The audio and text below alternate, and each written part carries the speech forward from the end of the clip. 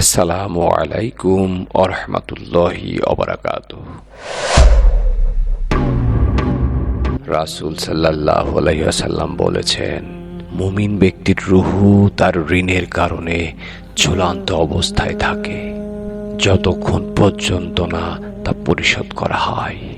হযরত সাওবান রাদিয়াল্লাহু আনহু বর্ণনা করেন, রাসূলুল্লাহ সাল্লাল্লাহু আলাইহি ওয়াসাল্লাম বলেছেন, অহংকার, আত্মসাৎ এবং ঋণ, যার দেহ এই তিনটি দোষ থেকে মুক্ত অবস্থায় থাকে সে জান্নাতে প্রবেশ করবে।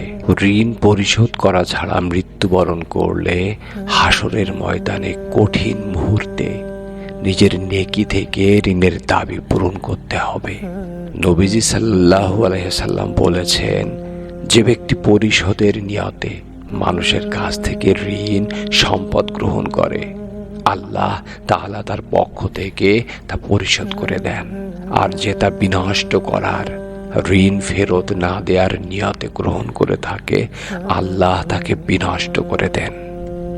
সুতরাং মুমিন মুসলমানের উচিত পরকালের মুক্তি ও সফলতার স্বার্থে ঋণ পরিশোধের ইচ্ছে পোষণ এবং তা পরিশোধ করা। মহান আল্লাহর কাছে বেশি বেশি ঋণ পরিশোধের দোয়া চাওয়া।